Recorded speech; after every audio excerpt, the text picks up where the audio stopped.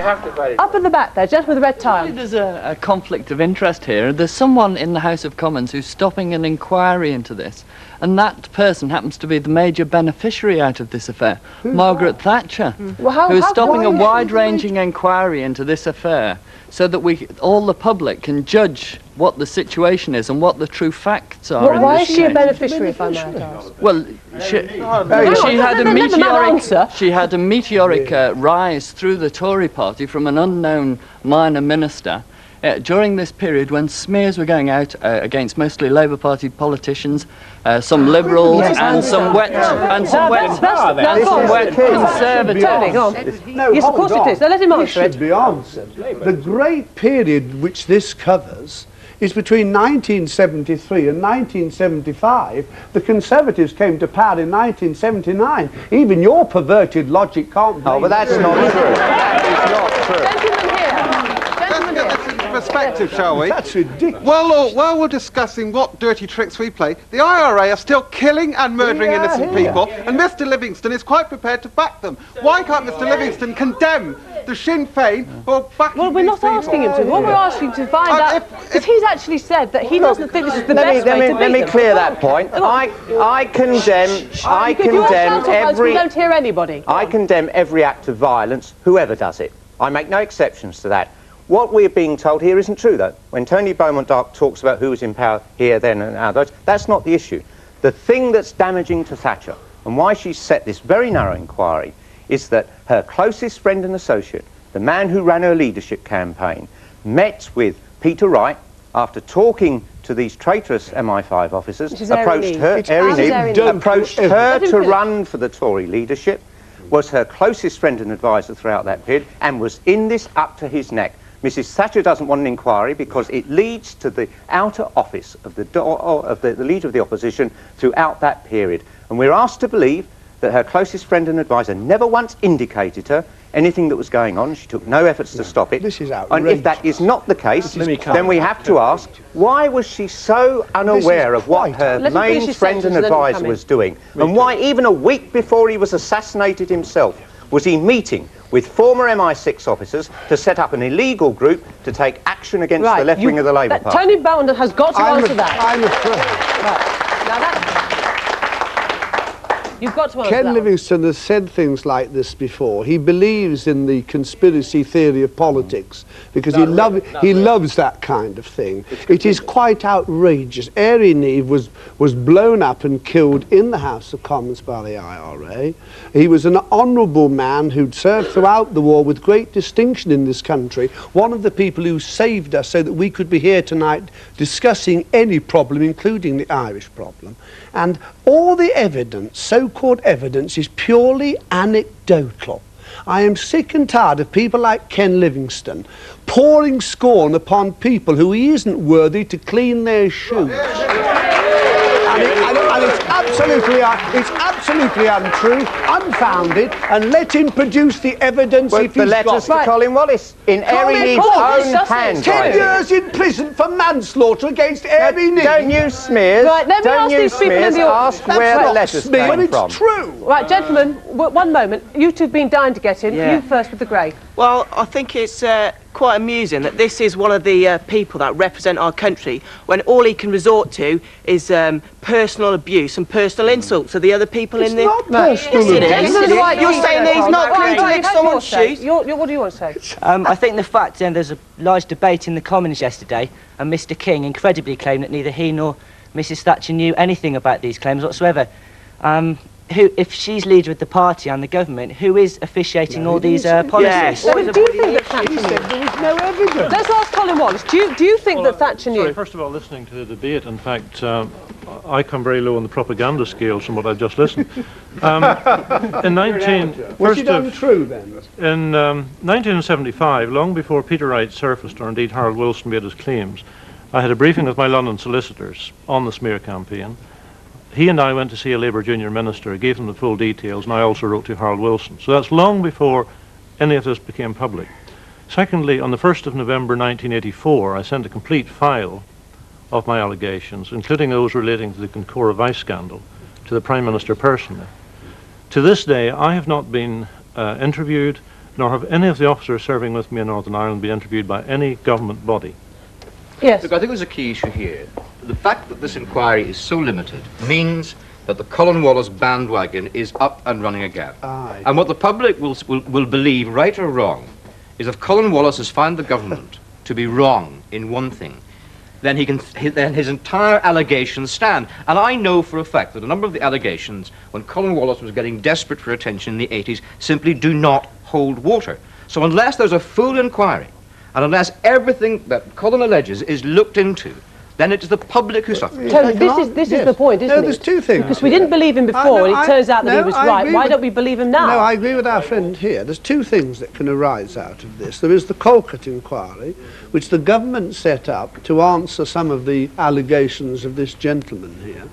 And the second thing is that the House of Commons has a way of its own, if it wishes to take it, through either the Defence Select Committee or the Home Affairs Select Committee to investigate But why don't we have a these big matters. public inquiry into the whole thing? No, because frankly, you get the conspiracy theory again instead of the cock-up theory of politics. That every time somebody like Mr. Wallace or anybody else cries stinking fish, we either have to have royal commissions or committees set up. And I think that's wrong.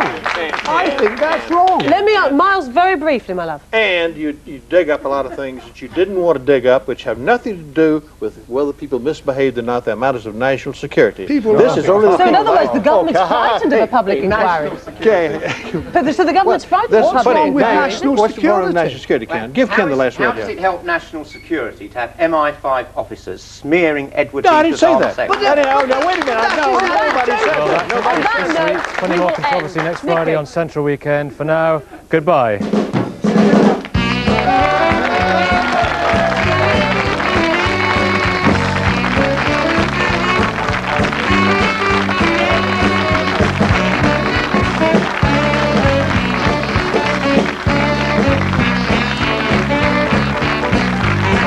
He's calling for the government to launch a full inquiry into allegations that the security services ran a smear campaign in Northern Ireland during the 1970s aimed at leading politicians. Colin Wallace's allegations of a dirty tricks campaign against politicians have been supported by a former colleague who worked alongside him as an army information officer in Northern Ireland. Michael Taylor, now a Midlands businessman, today confirmed the Clockwork Orange operation included smears against Ian Paisley, already then a thorn in the side of the authorities, and Westminster politicians like the former Ulster Secretary Merlin Rees. He said he'd seen the forged documents used as the basis of disinformation spread by the Army Press Office. Colin Wallace lost his job in Northern Ireland in 1975 after being accused of making an unauthorised leak to a journalist. But his former boss, Peter Broderick, told us today the leak was an incredibly trivial thing. And he said an attempt by the Ministry of Defence to link Wallace with Protestant paramilitaries was one of the most clumsy pieces of black propaganda he'd ever come across. Well, I think it's an enormous breakthrough for me, because one of the great difficulties over the past 15 years has been for anyone else to come forward and say that there were dirty tricks going on during the period, or even to admit that I exist officially, because for a long time both the Minister of Defence and indeed the government were saying that I had no such job in Northern Ireland. It was clear he was doing work of a much wider nature than the official bit of paper said about the press information job, and I think all that is being not only reinforced, but I mean the people who he's worked with, and in fact who were his superiors, seemingly are expressing regrets about the way in which, to put it absolutely bluntly, they're saying he was stitched up. Mrs Thatcher will now come under increasing pressure in Parliament to order a much wider inquiry. The Defence Select Committee of the House of Commons is to hold its own inquiry into the Colin Wallace affair. It wants to take evidence from the Ministry of Defence and will meet next week to decide whether to call Mr Wallace himself as a witness. Last week the government confirmed the claims made by Mr Wallace, a former Army press officer, that disinformation was used in Northern Ireland in the early 70s. But it rejected his allegations that there had been an officially sanctioned smear campaign against leading British politicians. From Westminster, Jane Bennett-Powell reports on the implications of the new inquiry. The Defence Select Committee took its decision just 10 days after the government announced both the Calcutta inquiry and the internal MOD investigation. The committee said in a statement it was deeply concerned about the evidence of maladministration at the MOD. So it'll look at policy and administration and call for answers from within the ministry.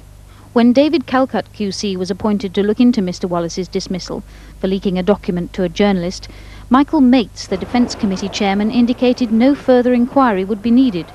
Today, he declined to comment about this new investigation. But Labour believes further scrutiny was inevitable. It does raise some major issues that any legislature worth its salt has got to take an interest in.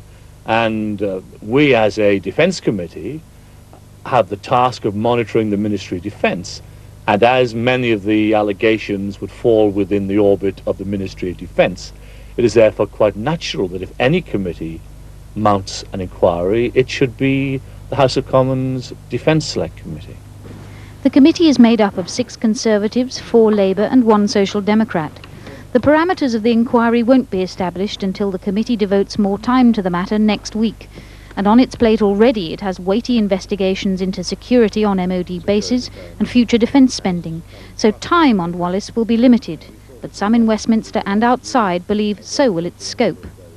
Well, I think the focus of this inquiry will be exclusively on the affairs of the Ministry of Defence, whereas obviously the Northern Ireland Office and perhaps the Attorney Generals and the Home Office have all got information that they can provide, and it may be difficult to do that. The other point, of course, is that the Select Committee inquiry is going to depend upon the willingness of witnesses to come forward, and that will be dependent upon their immunity from prosecution under the Official Secrets Act. And I'm not sure whether the Select Committee will be able to get round that unless they've cleared it with the MOD already. It may well, provided the people on the Defence Committee ask the right questions and are searching in their investigations, then I would imagine that it would actually command more confidence than a Security Commission inquiry, which would be more under the control of the government, particularly in its final report. Colin Wallace called for Mr Mates to be removed from the inquiry, but gave a cautious welcome to the investigation itself. Well, basically I'm pleased because it means that yet another part of the problem will be looked at by an official body. However, I'm concerned that their terms of reference will only allow them to look at the administrative matters as far as the Ministry of Defence is concerned. There have been calls already this morning not only for MOD officials to give evidence, but Wallace himself and others allegedly connected with the Dirty Tricks operation, civil servants too, and ministers allegedly the victims of a smear campaign in the 70s. The final cast list won't satisfy everyone. I doubt it'll satisfy them once and for all. I rather doubt if maybe it will satisfy Mr Wallace. But then they can probably uncover a fair amount of what's happened in the Ministry of Defence and maybe go on and find out exactly the role of Army intelligence. How much of this inquiry will people be able to see? Michael Mates, the chairman, and most of the other MPs seem to be pretty determined to hold as much as possible in public. The Ministry of Defence obviously won't be too keen on too much being in public, but the inevitably classified information has to be in private session. As Westminster tunes into the Defence Committee next week, the government may be hoping that this will dampen down the clamour for anything further. But many on all sides of the Commons will keep up the pressure for a full judicial inquiry. Jane Bennett-Power reported.